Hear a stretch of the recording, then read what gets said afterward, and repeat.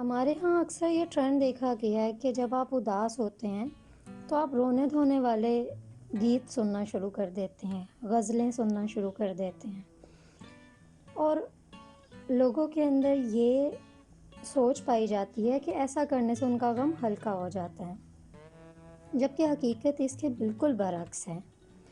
جب بھی آپ کبھی اداس ہوں، جب بھی کبھی آپ کو لگے کہ آپ ایک گلومی، آپ ڈپریسو اسٹیٹ میں جا رہے ہیں، تو اس وقت آپ کو غمزدہ اور غمگین گانے بالکل بھی نہیں سننے، بلکہ آپ کو ایسے گانے سننے ہیں، ایسے گیت سننے ہیں، ایسی جگہ اپنا دھیان لگانا ہے جس سے آپ کی انرجی میں اچھی فیلنگز آئیں، آپ کو اچھا فیل ہو۔